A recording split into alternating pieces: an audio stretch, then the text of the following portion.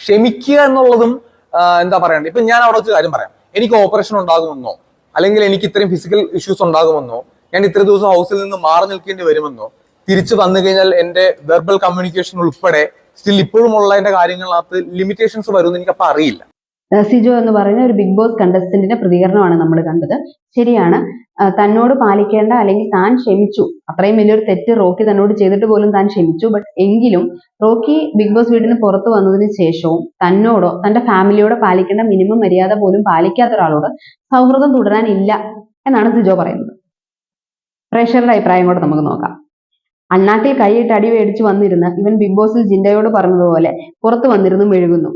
അതാണ് ഒരു പ്രേക്ഷകന്റെ അഭിപ്രായം. മറ്റൊന്ന്, ഞാൻ ശശിയാവൂല എന്ന് അന്ന് ഞാൻ അറിഞ്ഞില്ലല്ലോ, അപ്പോൾ ഞാൻ അന്ന് ക്ഷമിച്ചു. ഇന്നൊന്നും കിട്ടാതെ ഞാൻ പുറത്തായപ്പോൾ ഞാൻ ജീവിക്കണ്ടേ, അപ്പോൾ ഞാൻ കേസ് കൊടുക്കും. പിന്നെ ഞാൻ പോയ അതൊക്കെ സിജോനെ കളിയാക്കുന്ന രീതിയിലുള്ള കമന്റ് സെക്ഷൻ ആണ്.